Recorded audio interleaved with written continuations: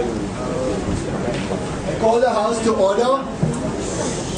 I remind the audience to remain silent during the speeches and preferably not move in and out of the room while the speaker is speaking.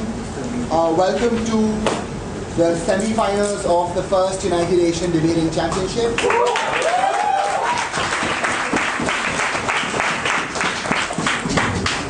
In government, we have the team breaking first, NTU 1.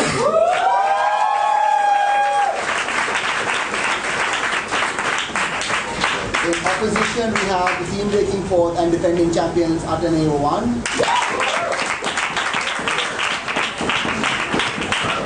On the motion, this House believes that gay pride parades do more harm than good to the gay community. I call upon the Prime Minister to defend the motion that stands in her name.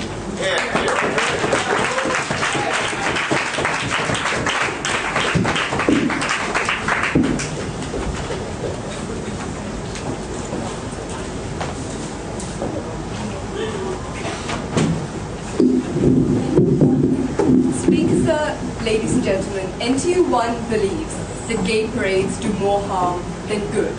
This is a value judgment debate. It's not about taking government action against gay parades. We simply believe that gay parades do more harm than good in the long term to the objectives of the gay community.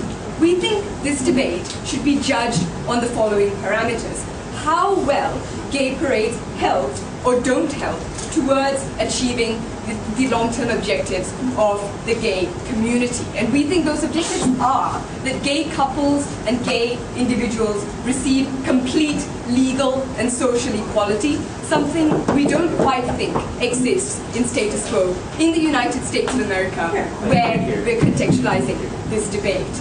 When we're talking about gay pride parades, we're talking about celebrations of the flamboyance of homosexuality, more carnival and less protests. We're not talking about gatherings outside the Supreme Court of people in pink t-shirts with rainbow-colored banners and placards demanding equal rights. We're talking about parades down the street in California, people in floats, with oiled up men in thongs and latex on top of those floats. And we don't think these kind of parades help to achieve the objectives of the gay rights movement, although we respect the right of these individuals to dress up in latex if they really want.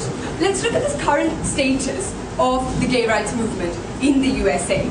Currently, the US is at a point where homosexuality is legal, something it wasn't always. We do have anti-discrimination laws, but we think the general perception of the gay community is as equal, but still as different. People are generally against downright suppression of homosexuality, but they still support the denial of certain privileges to members of the gay community. Homosexuals are still denied the right to marry, they're still denied the right to adopt children in many states, and we think these are the rights that the gay rights movement wants to achieve and what gay parades are standing in the way of achieving. In my speech, I'm going to talk to you about two things. I'm going to talk to you about societal perception of the gay community, why it's important, how it's being influenced for the worse by gay pride parades. And I'm going to talk to you about how there needs to be a realignment of the priorities of the gay rights movement. Let's talk first of all about social perception. Why does the perception of society of the gay community even matter? Simply because we think that the gay rights community has already created an awareness among other gay individuals of the fact that this community exists. Come join us. Nowadays, the way forward for the gay rights movement lies less in gathering and awakening the political consciousness of the gay community and more in gaining the support of society. Because we think many of the measures that we think need to be passed for complete legal equality are legislative measures that require legislatures to push them through. When we've seen measures like Proposition 8 coming up on the ballot in California and being voted against by the vast majority, we think public support is necessary for the gay rights movement to achieve its objectives. Because at the end of the day, the gay community is a minority. There's only so much of an impact it alone can make, despite its increased political consciousness. We think it needs the support of the majority to push through additional legislation. Let's look at how we think the perception that people have of the gay community is being influenced by gay pride parades. Because we think by their flamboyance, by the fact that you have floats and bands and extraordinarily dressed guys, gay pride parades tend to grab a lot of media attention. We think that allows these parades to define what it means to be gay. Because not everyone has 60-year-old Bill and Terry who've been together for the last 3 years, living their quiet suburban life next door. The general perception of people in society of the gay community is formed by what grabs the headlines, what's seen on TV, and we think that attention is grabbed by gay pride parades. In fact, we think that's what they blatantly aim to do. Why do we think that's bad? Before I go on, yes, Steph? Madam, we agree that rights are denied in certain areas, but we think they've been forwarded in a lot of other states in the United States. Can you really argue that gay parades have played no part at all in forwarding gay rights in other areas?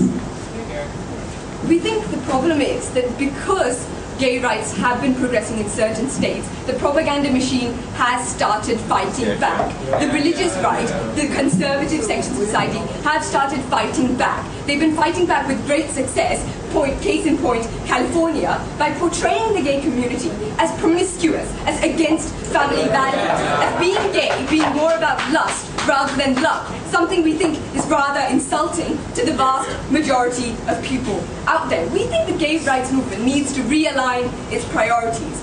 This debate isn't a value judgment on the flamboyant expression of heterosexuality or homosexuality. We think that's perfectly fine. But we think the gay rights movement should refocus its focus, because we think currently there exists legal discrimination against homosexual individuals which needs to be tackled. You have solid pieces of legislation, like the Defence of Marriage Act, which prevents the federal recognition of gay marriages. You have solid pieces of legal discrimination that need to be tackled. The choice to express your sexuality can exist even if these legal obstacles are removed. We don't think it's what the gay rights movement should be focusing on right now, because the fact is, some gay individuals in status quo don't have a choice as to how they lead their lives. They're denied the right to marry. They're denied the right to be legally recognized as each other's spouses. They're denied the right to adopt children. We think the flamboyant expression of sexuality, which is a choice that can exist even when these legal obstacles are removed, should take a backseat right now. Because we've seen a change in the demographic of the gay community. Before, they used to live in neighborhoods in the bohemian side of town. But as more and more people have come to terms with their sexuality, they want to lead the same kind of lives that their parents had, only with Jim instead of Jane. And we think that's a right and a desire that's shared by a vast number of members of the gay community. We think they're being denied that right because of the flamboyant expressions of sexuality that usurp and form the public opinion in the form of gay rights parade. We think gay rights parade do more harm than good. We're very proud to support the motion.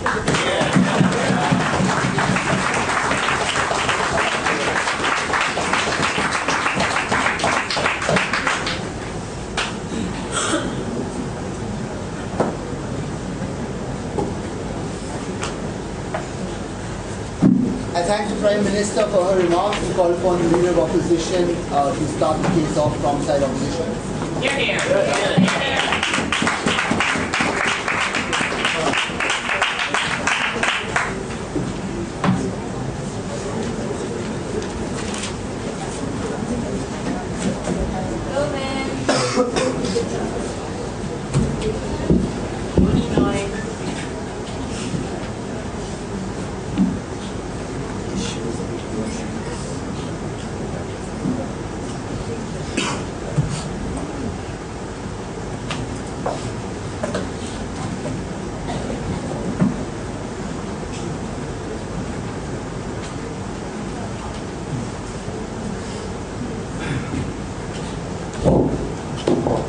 negative side believes that the gay parades have done more good than harm to the homosexual community in terms of two things. One, we think it helps them integrate and achieve liberation and acceptance in greater society. And secondly, also in terms of creating internal pressure and political will for the state to protect homosexual rights. We think that the gay parades have served as the main vehicle of opposition to oppressive laws such as Prop 8, which is what they contended with. I'm going to argue two things for you in today's debate. First, I'm going to argue how gay parades have led to societal integration by normalizing the presence of homosexuals. And second, I'm going to argue how it actually creates networks and support systems for homosexuals, which is important for them in the long run. But before I go on, allow me first to rebut the previous speaker on her two arguments. First, she talks about societal perception. She says that these homosexuals need to gain support from the majority, and flamboyance leads to preconceived note or strengthens the rhetoric of promiscuity that makes it harder for them to get accepted. We have three responses to this. Our first response is we don't think this is true. In fact, if you take a look at it, a lot of gay parades are in fact diverse and represent a multitude forms of homosexuals. We have butch lesbians, lipstick lesbians, flamboyant gays, not so flamboyant gays. We have different floats that celebrate diversity. In fact, their strongest draw is in fact the fact that there is a rainbow of homosexuals. There's diversity. In fact, even straight people are included. So we don't see the magnitude of the harm. But secondly, even assuming under their premise that the most flamboyant gays are the one being represented the most, we think that's not necessarily bad. Because oftentimes these flamboyant gays are the ones who need acceptance the most anyway, who need to gain the most media mileage, and who need to gain support from a lot of people anyway. But finally, let's compare. Because had these gay parades not existed, would the perceptions of conservative bigots and religious right necessarily change? We think no. Because had these gay parades not existed, what would stop individuals from believing their Catholic priests or from believing their conservative bigot parents that homosexuals aren't as promiscuous, that homosexuals aren't as flamboyant, there are people like us as well. We will talk about this more later. But secondly, she says that basically Prop 8 existed, and for some magical reason, gay parades have led to that legislation. We don't think so. First of all, we think, as I said earlier, the biggest form of opposition to this legislation are in fact these forms of gay parades. When Lady Gaga went to a gay parade last year, started clamoring for more rights, we think that this has swung moderates. We think that this has actually strengthened opposition against Prop 8. But moreover, we don't even think that Prop 8 was established because of gay parades. We think that the main reason why it was established was because of a constitutional issue. And we think furthermore that our model or the presence of gay parades necessarily have forwarded means to reverse that. But secondly, we think on the whole, Prop 8 might not happen, but we think on the whole, greater societal acceptance and greater clamor for rights have existed, and we think that just because Prop 8 existed or was enacted does not negate all the other achievements that gay parades have provided, which I'll argue later. Before I go on, yes, madam. Even if gay parades showcase diversity, won't people and the media tend to fixate more on the float with the guys in latex and less on the float with gay lawyers? Okay. I'm going to engage that in my argument, where I'm going to weigh those two scenarios. First, I'm going to talk about how gay parades has led to greater societal integration. We think, first of all, that gay parades serve as a constant reminder of the presence of homosexuals in a given community, right? We concede with the premise that these gay parades oftentimes have led to greater media attention and greater public awareness. And we think, first of all, that this public awareness is necessary because it is easy to invisibilize the concerns of homosexuals. Unlike race or women's issues, for example, homosexuality is easy to invisibilize because the marker of difference isn't as visible. Therefore, there's a bigger imperative for homosexuals to speak up and basically to call and clamor for attention and for their rights because their concerns are easily invisibilized. If we don't have gay parades, if we have constant reminders to society that homosexual rights are important and that we are here and we are proud and we need to be protected, we think it's easy to basically invisibilize their concerns. But how exactly are gay parades effective? Sitantis. We think, first of all, that the lack of exposure is actually entrenches pre-existing negative notions against homosexuality more. Because without interaction, these homosexuals are constantly othered. We think, as I said earlier, how can you correct what bigots tell you when you don't have exposure? And we think that gay parades are an effective vehicle for that form of interaction. First of all, we think they're extremely inclusive and provide an extremely festive atmosphere. I don't know if I've been to any gay parade, but we think that gay parades that we've been to are extremely happy. There are concerts, people come together, people give flowers to same people and gay people, and it's an extremely happy venue. There's very little animosity. And we think that when you gather together, we think that when moderates in America, who they concede aren't as bigoted anyway, see that homosexuals enjoy the same things, enjoy the same form of music, laugh at the same jokes, we think it's easier to build commonalities and reduce the differences that differentiate them in status quo right now. But moreover, we also think that in the long run, it also has led to legislative change. If you take a look at it, the homosexual minority has proven to be an effective political bloc that a lot of Democrats have strived to gain anyway. And we think that a constant reminder of their presence and a constant reminder that they exist and that their rights are important will necessarily serve for them to be paid attention to, especially by politicians who will view them as a minority that they need to court. So we think that these gay parades serve as a vehicle to consolidate their voices and to show themselves as a strong political lobby. Please sit down. But secondly, that I want to talk about, it actually creates networks and support system for homosexuals. Because we think we characterize the homosexual movement, again, unlike race, they are geographically diverse. We think that they don't live in the same place. That's why we think they have to have a venue, they have to have a means to gain societal support and network with other homosexuals as well. And we think that this is what gay parades do. When they gather together, they create networks, they create friends, and they create systems of social support. They can share experiences, they can give tips on how to come out, they can give emotional support to fellow homosexuals who have the same experiences as them. And we think psychologically and emotionally this is important because they are oppressed and they need to be able to have some form of catharsis and support from other homosexuals who have undergone the same system. We think also it's easier to come out when you know who to run to, when you know which people understand what you're going through, and basically creates a better environment for you to come out and to create these relationships with other homosexuals as well. So we think in terms of strengthening the ability of homosexuals to feel better about themselves, to gain support about and to gain emotional and psychological support,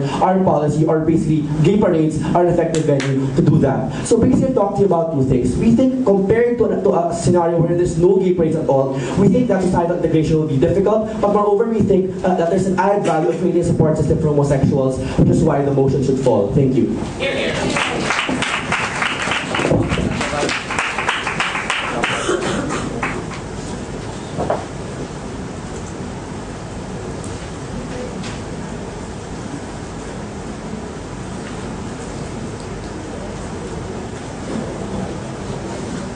I thank the Leader of Opposition for that speech and call upon the Deputy Prime Minister to further the case for side government.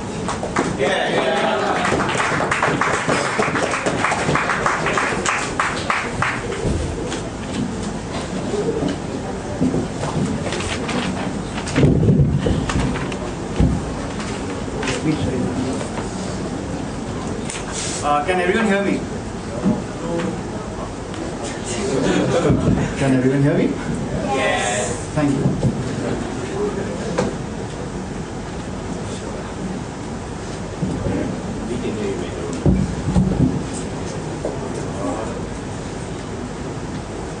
Side opposition is fundamentally trying to make this a debate about the historical benefits of gay rights movements, and they've been arguing the benefits of congregation of homosexuals, and they tell us about the network effects and the need to raise political consciousness, without actually engaging with our characterization and how that characterization plays out in wider society in itself. In my substantive, I'll be looking at the idea of the pressures which are imposed on individuals, which will be directly clashing with their last substantive on it has benefits for individuals who are seeking to come out and are having difficulties in doing so. But before that, let's look at their analysis. First of all, they try to, the idea of societal perceptions aren't actually being framed by these rights, because like they told, there are apparently a wide plethora of homosexuals which are present. As we told in a POI, at the first level, when there are going to be lesbians in latex in a float, I don't think anyone's going to bother taking photographs of anyone else in that sort of a parade. That's where all the attention is going to be focused. I think also, the second level, they kept calling everyone who opposes these rights as fundamental bigots. We think that they've missed the nuance here, because we don't think that all Americans are fundamental bigots, but we think that their ire is being directed against the definition of homosexuality, which is being perpetuated by these very stereotypes. Because the problem, which, if you look at how the Prop 8 debate played out, it wasn't about whether or not homosexuals deserve to actually marry or not, but it almost became a referendum about, are homosexuals the same thing as as us or not? Are they something different? Are they going to go out there and change our societal norms? Are they going to teach our children different things in schools? This perception of them being the other. We told you how there is a huge propaganda machine which is also working against it. We told you about the religious right, the Mormons and so on, who have been channelizing these sort of misconceptions. And we think that's where these distorted perceptions are being formed, rather than a religious benefit or religious bigotry behind it all in itself. Then let's look at this idea of the societal integration is going to be furthered by these sort of rights, by these sort of parades. No, thank you. We think at the first level, they fundamentally mischaracterized these parades in itself when they told us that they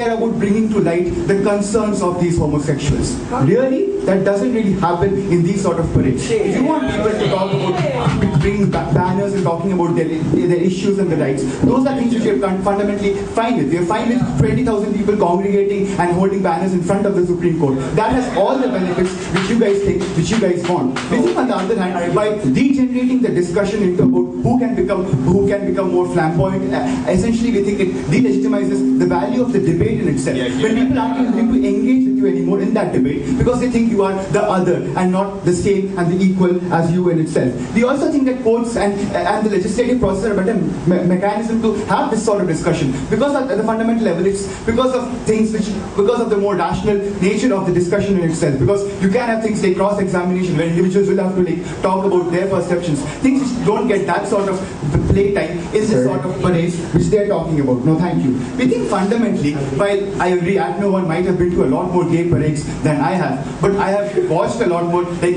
my perception of gay parades is much more likely to be true of the perception of a guy who has never been to a gay parade. And we think that is ultimately what counts for the vast majority. We think that unfortunately most society doesn't attend gay parades. So if they have very nice jokes and play the guitar, good for them. But what I will remember is the guys in thongs who are doing various things. Yes, Jika. Don't you think it's great that we've come to a point where the oiled up man in a thong is practically cliche and fun to watch?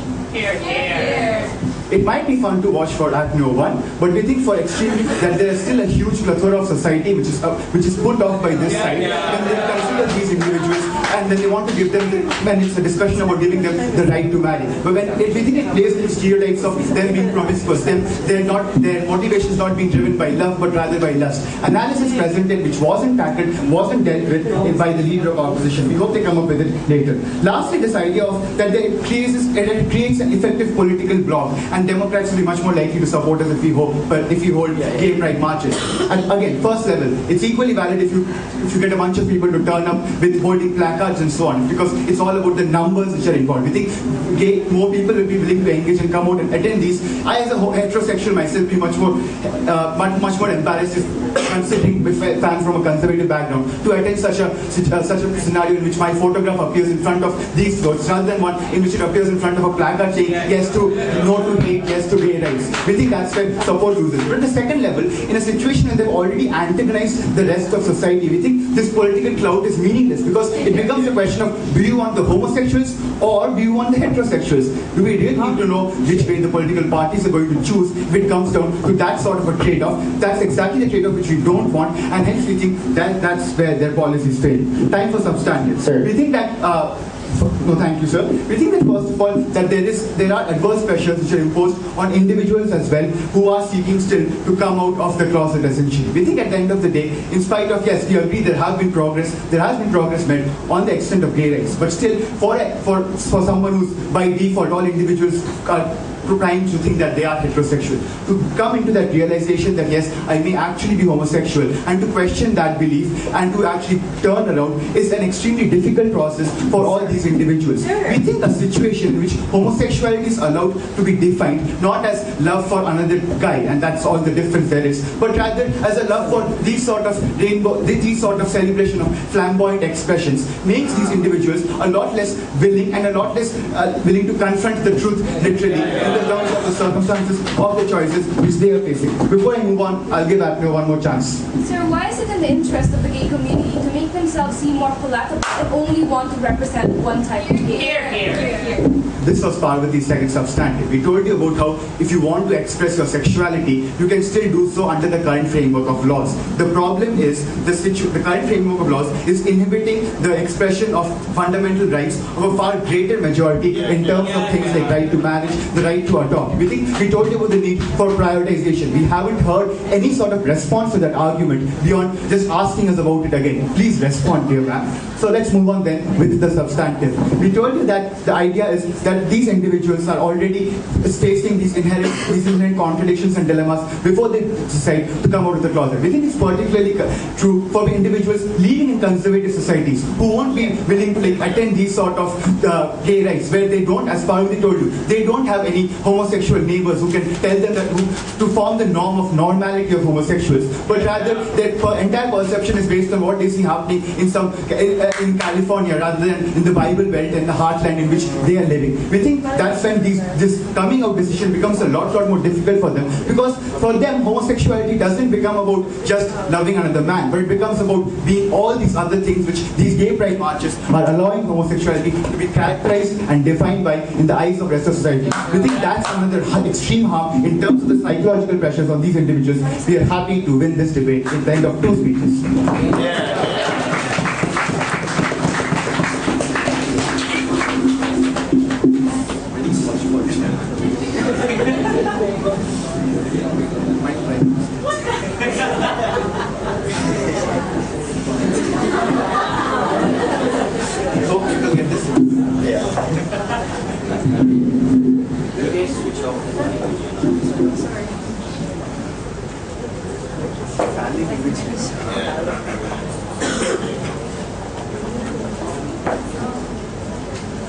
Thank you, Deputy Prime Minister, for that speech. I now call upon the Deputy Leader of Opposition for the case beside opposition. Here, here. Here, here. Here, here.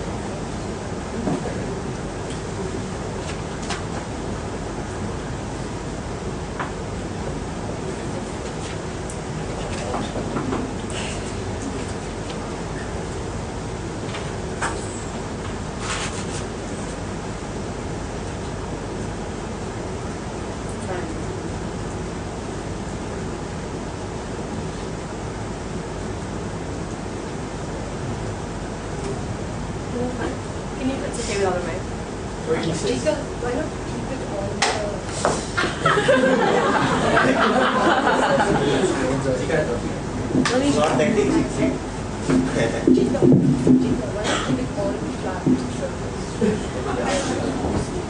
Yeah, but it's not connected to the wires. Okay, why are you doing that?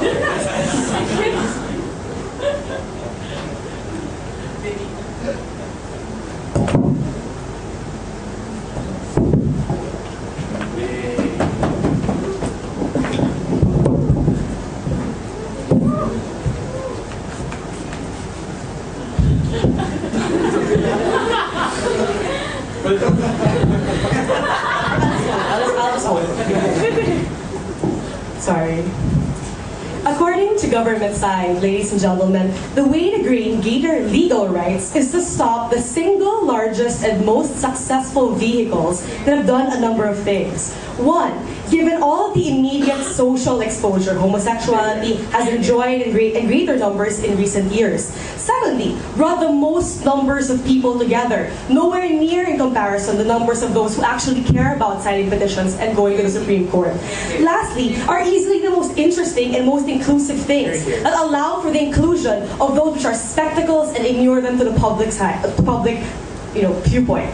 This makes absolutely no sense. We may look at the gay movement without any of the gay parades. What do you have? You have conservatives that are still likely to be angry anyway, and likely to still attempt to shut down actions that allow for greater legal rights. This was something that was never mutually exclusive. They never actually discussed why that wasn't the case. In their situation, without gay parades, these homosexuals are still going to be the evil, silent, demonic forces your parents always told you they would be. No, thank you. They're still going to be the people who your preacher in the gospel choir told you was someone who was going to demonize your mind and probably had horns and a tail. A number of individuals in the Bible Belt surprisingly still think those things. No thanks. But it's amazing how many people, when they do see things on screen and see things on stage as precisely the opposite, i.e. celebrations of joy, happiness, inclusivity, and rainbows, precisely people like Vinny love the most. We think these people, this is exactly what counters those kinds of negative perceptions of what homosexuality is. The average moderates, without any gay parades,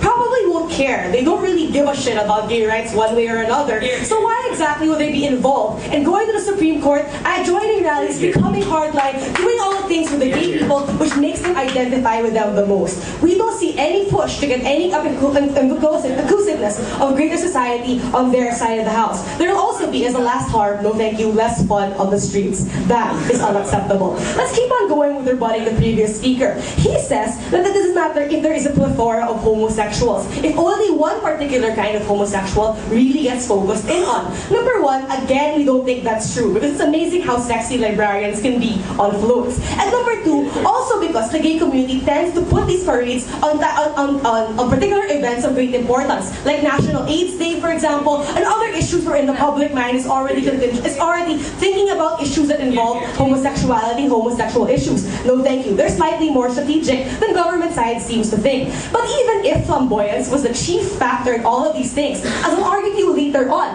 that kind of slightly more radical movements is precisely those progressive rights in all sorts of other areas in the past. I'm talking about women and the bras they've burned. Let's go on to the next idea about how this strengthens the rhetoric of the opposite side, i.e. conservatives. But conservatives are always going to be conservatives. The Anindias of the world were always going to be the Anindias. No thanks. So we don't see why individuals who were always threatened will be slightly less threatened by all of these parades. If anything, we think these individuals will have no opposite radical counterpole to change the minds in the public society as a whole. That's a bad thing. The moderates just have slightly nice gay people and really hardliners on the other end. We think you need hardliners on both ends to make the public debate far more productive. No thanks. If you want cross-examinations of values and views, they're going to have to show why people are going to watch such boring things. When people want to watch boring things, it's probably because they had an interesting peg to them in the first place, like a giant gay parade on the day of the same kinds of protests, on the same kinds of discussions in court.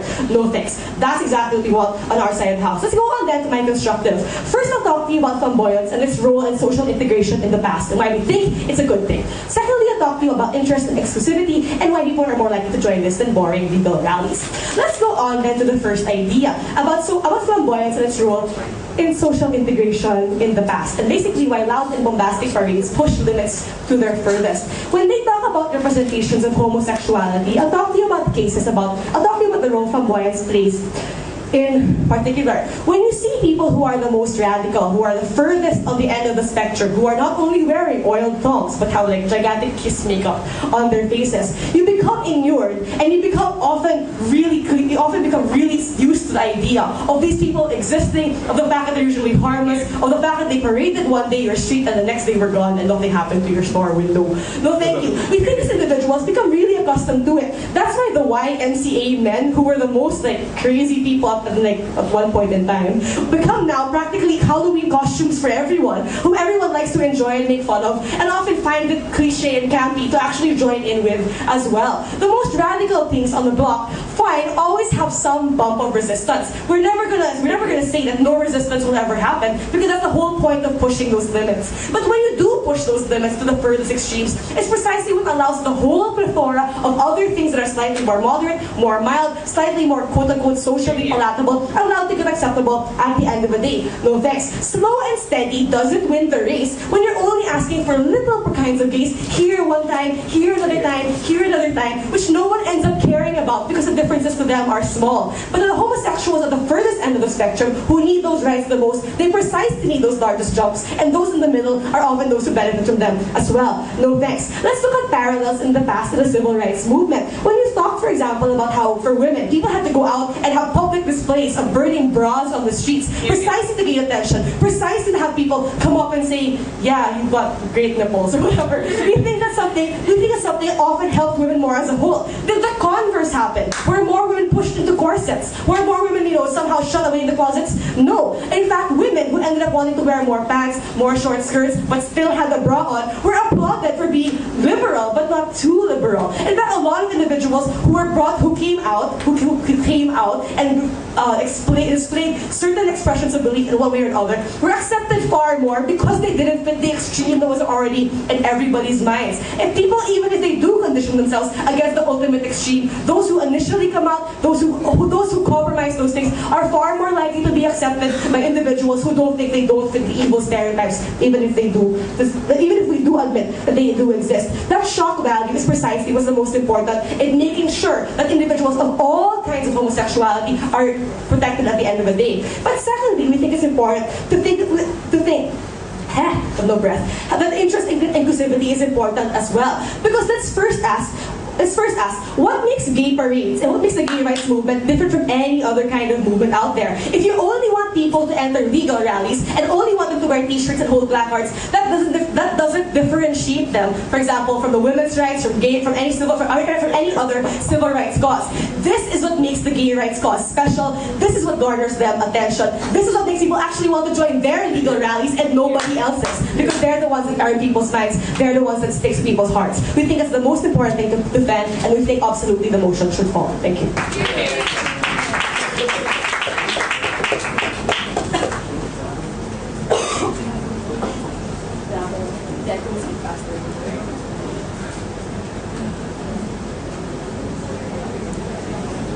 I thank the Deputy Leader of Opposition for her speech and call upon the government whip to continue case beside government.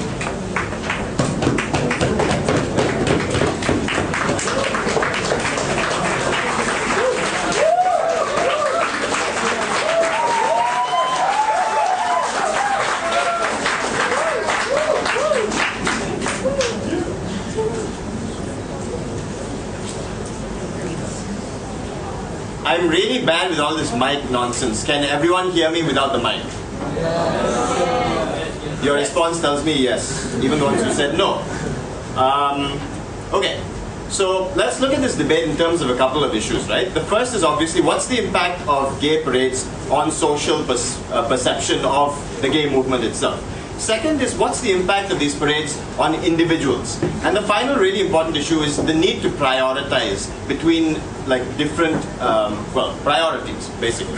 So let's look at a couple of important things to note from Jika's speech before we get into that. The first thing I want to note is that Side Op in general has been talking about historical benefits of these gay pride rallies as opposed to the sort of impact they serve currently. They talked about things like awareness of the existence of the community and all that sort of thing. And we agree, when the community was so small and so few people came out of the closet, that was precisely the sort of awareness that was needed. We think that awareness already exists from the generations and essentially decades of gay pride parades.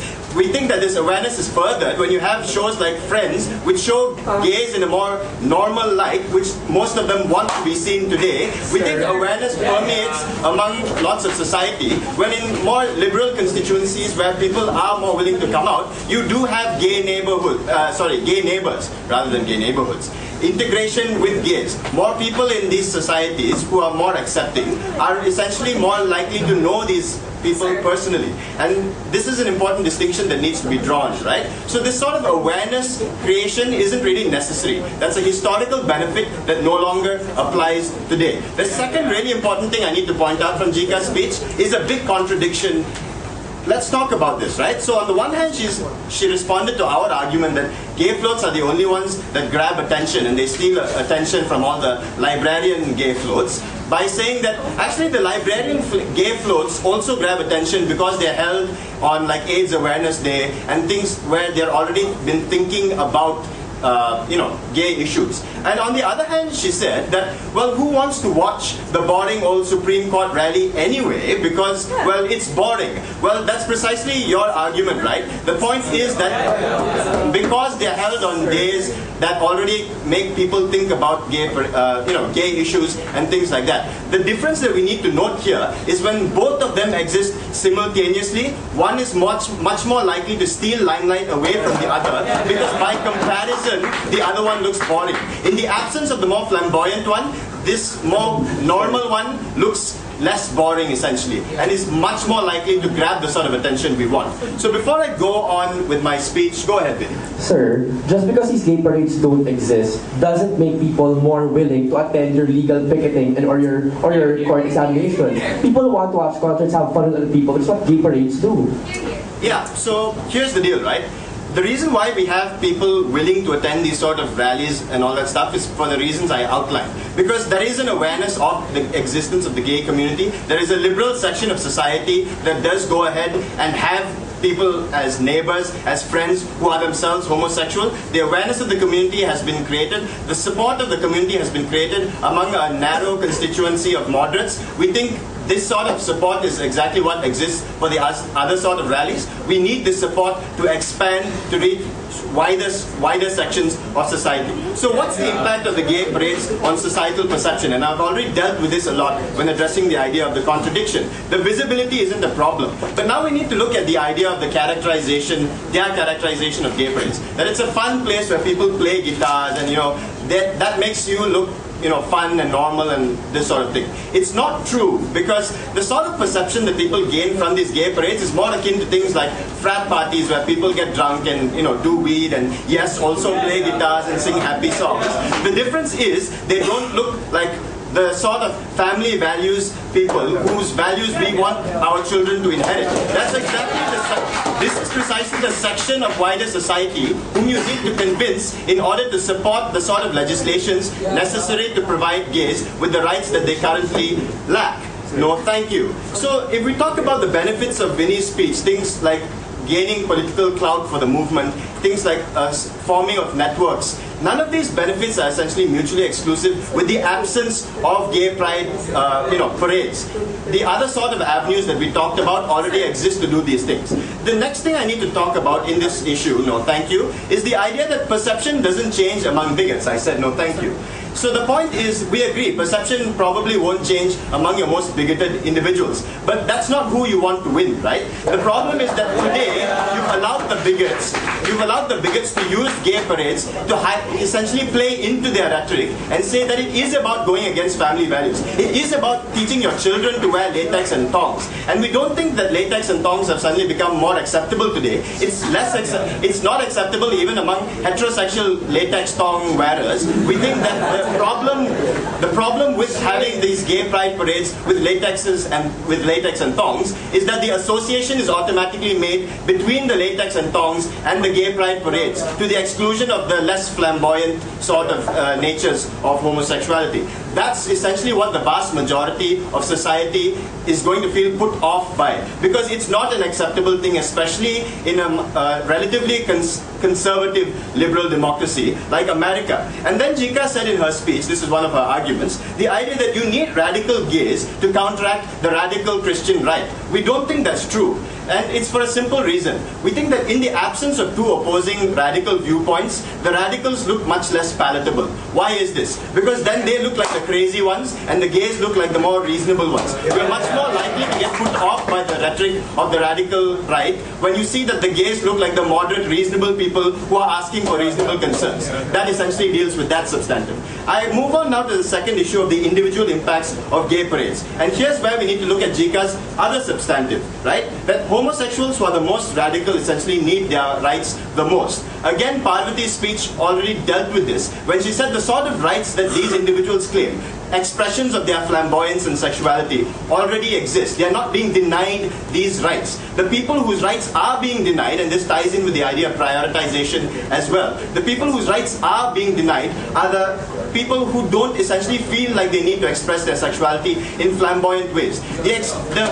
very open, overt expression of such flamboyance essentially denies these groups of people their rights. And this plays nicely into Anindya's substantive as well. When he talked about how difficult it is to come out when your parents essentially force down the view that being gay is something so unnatural and abhorrent that it's all to do with latex and thongs, rather than being about very personal choices like who I want to love. We think this sort of psychological pressure to gays who want to come out is an immense harm that they haven't dealt with. Like 1 in 5 teen suicides is a gay teen suicide. We think these are precisely the sort of perceptions that lead to the pressures that drive these people into such desperate measures. We're very proud to propose.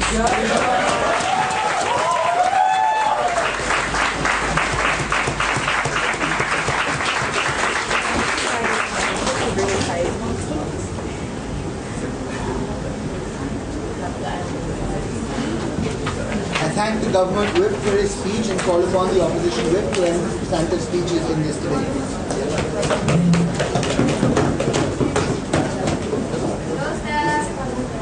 What's that?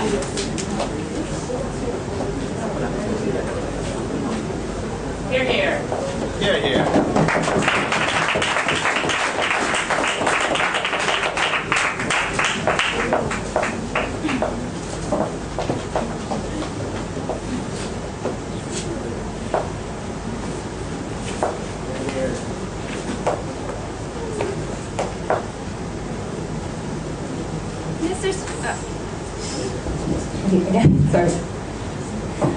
Mr. Speaker, I have 3 questions for you in today's debate. Firstly, have gay parades really backtracked the push for gay rights? Second question is the idea of how we've increased social interaction to the point that we've included a lot more non-gay people into the cause of the gay community. And lastly, do we really affect gay individuals in the present right now for the better? Let's go to the first question of have gay parades really backtracked the push for gay rights? Because the affirmative side says that gay parades have allowed for a mobilization of conservative forces and labeling them as promiscuous and pushing for legislation like Proposition 8.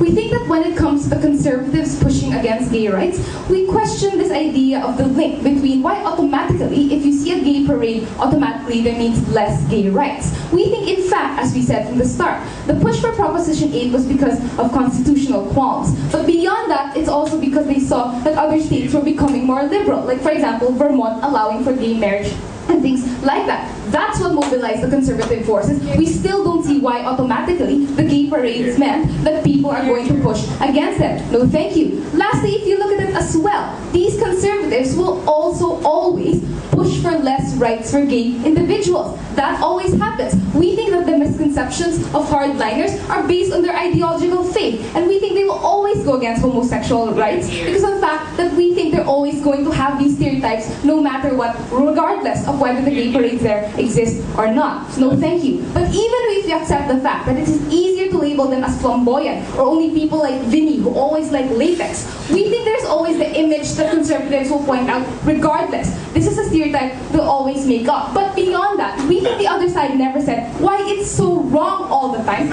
We want to have these stereotypes. Because we think, no thank you, these so-called stereotypes that the other side I'm talking about are still a representation of a specific type of gay person. No thank you. So why is it in the interest of the gay community to want to hide a legitimate type of gay person? We think what the other side wants is to basically tell the more flamboyant type of gays that, you know what, only a certain type of people, no thank you, will ever be palatable to conservative society. And we think at the end, how is that in the interest of the gay community? We think what they're saying is there's no point in showcasing everyone because acceptance of all types will never happen. No thank you, sir. We think the other side, our side, pushes for gay rights better because we don't pick and choose what type of gay people the gay community should represent. And that's what gay parades do. They say we are welcoming all types of gay people, no matter what type you are, even if you're like Vinny or even if you're a butch lesbian, which is also like Vinny. We think beyond that, we think that legislation will only come about when you normalize the idea of gay people with society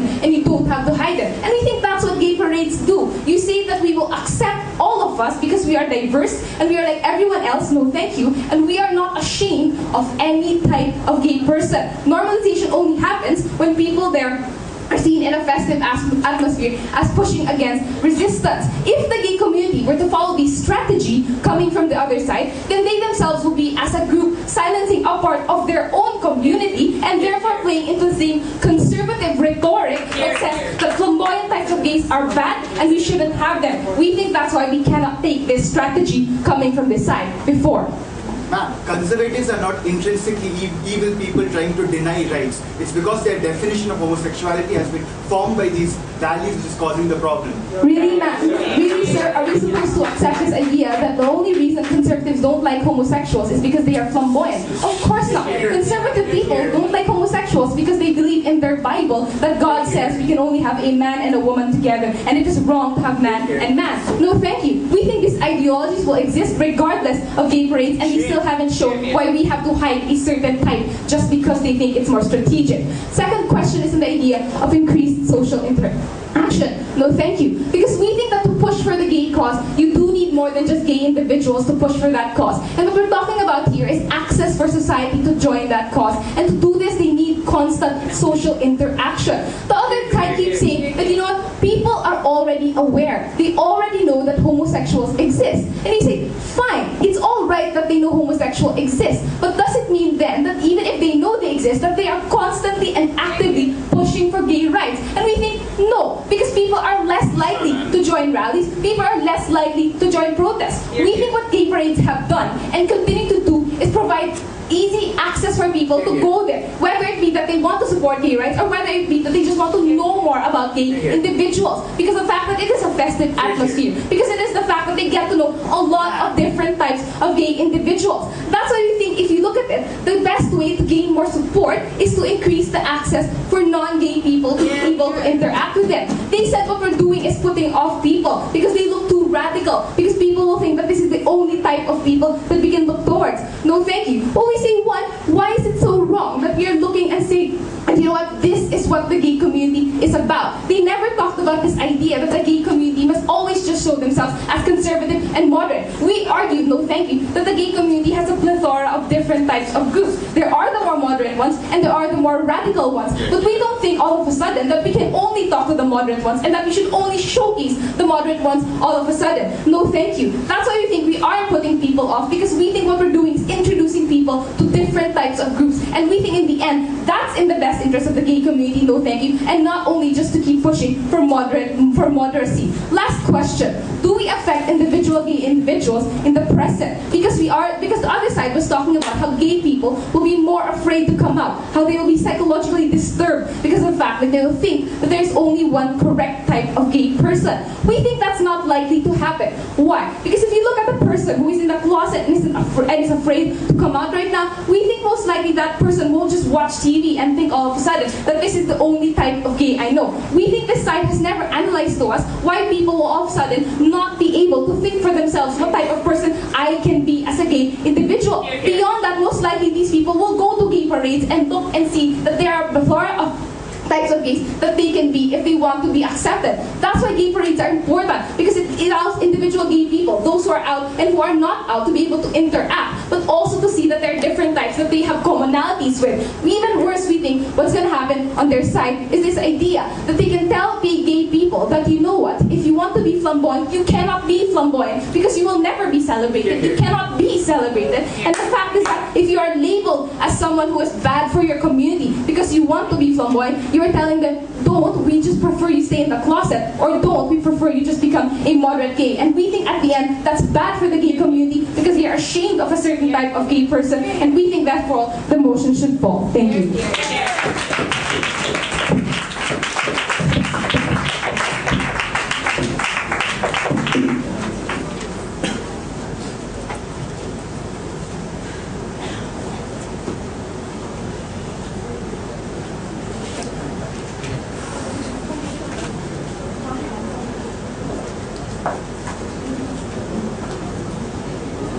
I thank the speaker for side opposition, and to conclude the debate for opposition, I call upon the reply speaker. Here, here.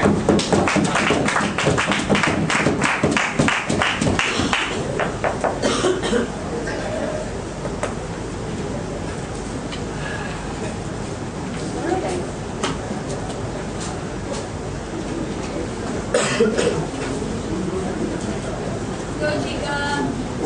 here. Anytime.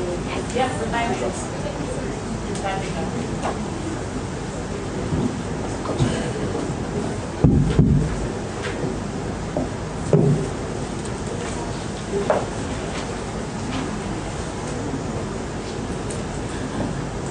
Pretty much both sides of the House discussed the impact of the gay parades on the supporters and objectors to the movement. So I want to show you character by character why we think that everybody involved in this issue will be supporting our side of the House. I'll look at 4 people.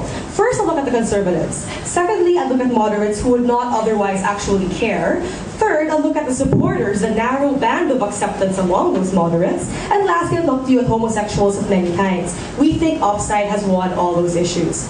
First, let's look at those conservatives who they say aren't actually evil, but really just misinformed and have family values attached to their lives and they value all sorts of things. Number one, let's say they aren't evil and they really just are attached to family values. It doesn't mean that they would still otherwise, without gay parades, still be pushing for alternative, equally restrictive legislation.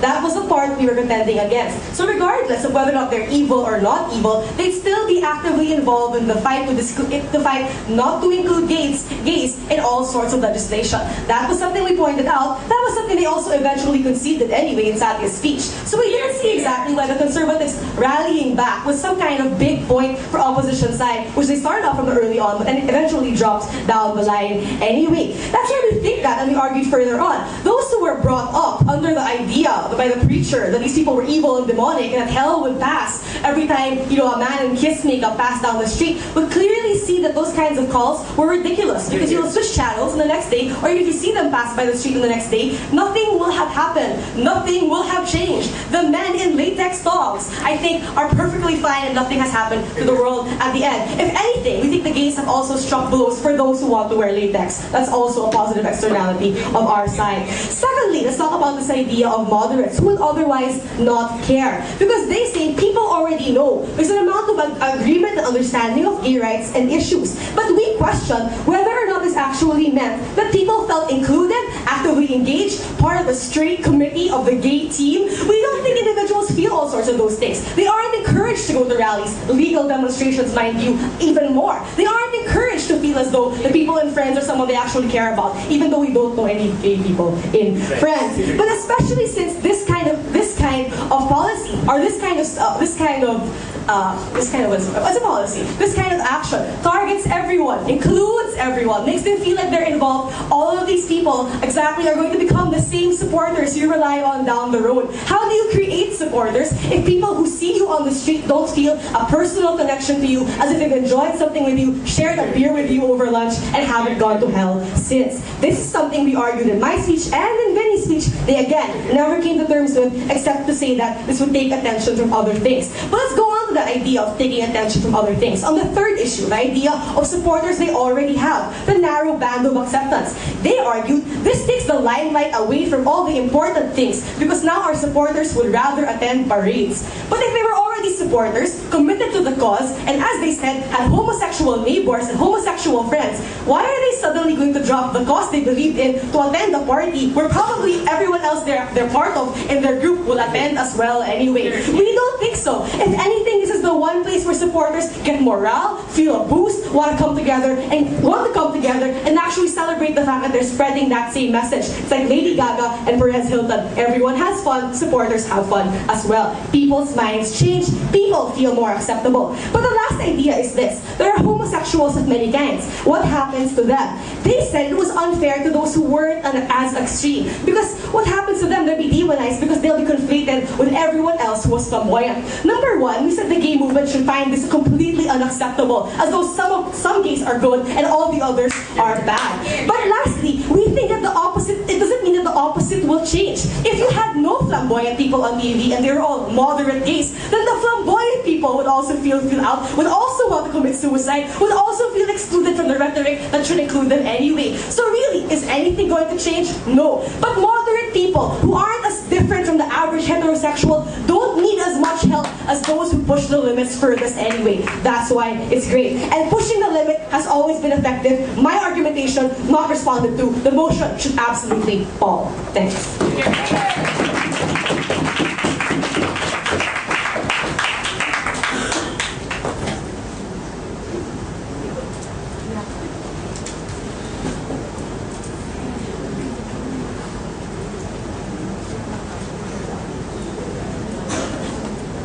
I thank the reply speaker for her speech, and now to conclude the debate, I call upon the reply speaker for side government.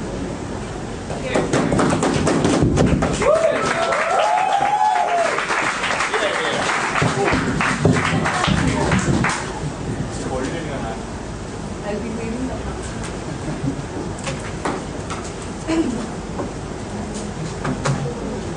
Ladies, gentlemen, phallic symbol in front of you. Two things in this debate: social integration, legal rights. On the idea social integration, Ateneo 1 told you that gay parades showcase the diversity of the gay community. Is that really true? Are people, is the media going to focus more on the float with the NTU guys or more on the float with the oil up guys in latex? The answer's obvious. You don't send the message that we accept everyone. That might be what's actually happening, but that's not the perception that gets flashed on your TV screens across the nation. The image of the gay community is already being hijacked by one particular section of the community. Exactly what Ateneo 1 didn't want in this debate. They eventually conceded that, but then they went on to say that, look, it doesn't really matter, because if these guys are on the floats one day and the next day the Antichrist hasn't come, you get accustomed to the idea of these people existing in your society. No analysis whatsoever. People just think, thank God they're in Massachusetts. And they said, no, it makes the less radical gays seem moderate in comparison. Absolutely not true. For several reasons. First of all, because your radicals are particularly unpalatable radicals. You have your friendly neighborhood Catholic priest and the guy in pink tights. Again, it's a question that's thrown in the air. Whatever. Secondly, Satya's rebuttal to that. The absence of radicalism on one side makes the radicalism of the other side look less palatable. No response to that in Steph's speech, despite all the new matter that did come out. Then finally they said conservatives will make up stereotypes no matter what happens. Surely a made-up stereotype has less impact than the stereotype that's in front of your face, sticking, well, parts of his anatomy in your face. And lastly, they talk about social support for gay minorities. Who needs the most support? People in conservative areas struggling to come to terms with who they are, struggling to come out of the closet. It's harder for these guys to identify with the people they see on TV in Massachusetts. And in their substantive, no response to that. To win this debate, we didn't have to prove that in the absence of gay parades, moderates would suddenly come into the limelight. We just had to prove that right now, the moderates don't even stand a chance of grabbing that the definition of what it means to be gay is being hijacked, being defined by one section. Legal rights. Surely they can't believe that the 52% of people who voted for Proposition 8 are all radicals who simply cannot be won over. There's a need for the gay community right now to not just remind people that it exists, but to win the support of those people. The people who don't want to share the institution of marriage with weirdos, but who in the absence of the propaganda that's being fed, of the propaganda being fed to them by the radical right and reinforced by gay parades, may very well go ahead and vote against things like moves to stop gay marriage. The gay political lobby is limited in numbers. It desperately needs to win over those who can be won over. They said we should get society to accept all gays, to not be ashamed of one section of society. Let's look at that analysis. Right now, if you want to walk down the street wearing pink tights, you're perfectly free to do so. But if you want to make medical decisions on behalf of a person you've loved for 30 years, who's in hospital, you're not allowed to because you're not recognized as married because you're gay. We need to ask the question, which I asked in my first speech, who's getting short-charged here? Whose rights really need to be defended? Which section is compromising the rights of the other section? This is why, despite the new matter in opposition with, despite DLO not taking POI, NTU1 will see you in the finals.